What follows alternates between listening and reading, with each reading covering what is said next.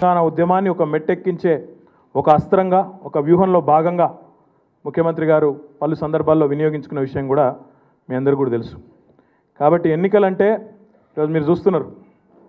సరే, ఎన్నికలు ఎప్పుడు వస్తాయన్నది పక్కకు పెడితే అది పెద్దలు చూసుకుంటారు. పక్కకు పెడితే చాలా ఆశ్చర్యంగా ఉంది నాకైతే. నిన్న మొన్న వరుసగా 3-4 రోజుల నుంచి మా పేపర్ మిత్రులేమో జోరుగా రాస్తున్నారు. రాసుడే కాదు, వీళ్ళు ఏం చేస్తారంటే హుషారుగా వస్తున్నాయని వాళ్ళే రాస్తారు. మరి వస్తున్నాయట ఏం సంగతి అని వాళ్ళని పోయి వీళ్ళే అడుగుతారు, అవతల గొట్టాలు పెట్టి. ఇక పెడితే వాళ్ళ భయం చూడాలి. నాకు చాలా ఆశ్చర్యంగా ఉంది.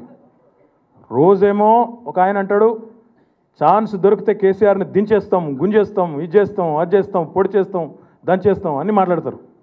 ఇంకో దిక్కేమో ఎన్నికలు వస్తున్నాయట కదా సార్, మరి ఏం సంగతి అని వీళ్ళు పోయి ప్రతిపక్ష నాయకులు నడితే, ముఖ్యంగా మా కాంగ్రెస్ పార్టీ మిత్రులు నడితే, అగో ప్రజలు 5 ఏళ్ళు సమయం ఇస్తే 6 నెలలు ముందే ఎందుకు పోతాను, మీరు ఆగరాదు జరా, మేము తయారులేము. భయం. అగో 4 చేతుల బందీ అంటే ఆ 4 గెలిపించిండ్రు.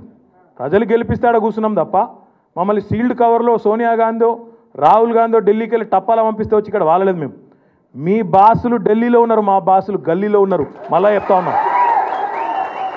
మీకు ఉత్తమ్ కుమార్ రెడ్డికి ఇంకా మీ కాంగ్రెస్ పార్టీ నాయకులకు మీరు బాత్రూమ్ కోవాలంటే కూడా ఢిల్లీ పర్మిషన్ తీసుకోవాలి. మాకు అవసరం లేదు.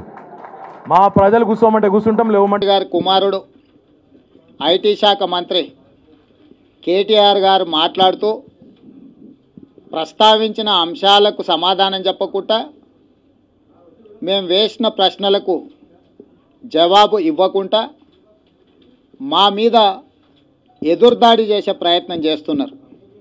ఎదురుదాడిలో భాగంగా ముందస్తు ఎన్నికలు వస్తే అధికారం వదులుకోవడానికి మేము సిద్ధంగా ఉన్నాం, ప్రతిపక్షాలు ఎందుకు భయపడుతున్నాయని వారు ప్రశ్నించడం జరిగింది.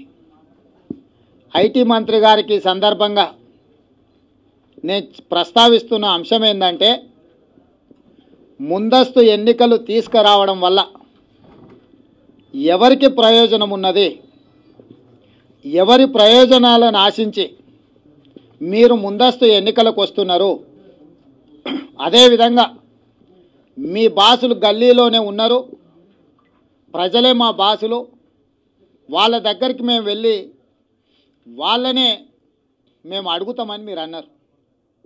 మీరు బాసులు అనుకోబడే ప్రజలే 2014లో 5 సంవత్సరాలు పాలించడానికి మీకు ఓటేసి మిమ్మల్ని ప్రభుత్వంలో కూర్చోబెట్టినరు.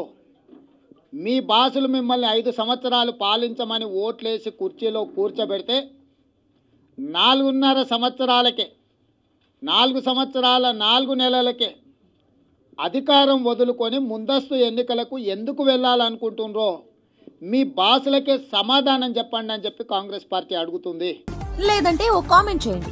ఎప్పటికప్పుడు మా వీడియోస్ చూడాలంటే సబ్స్క్రైబ్ చేసుకోండి.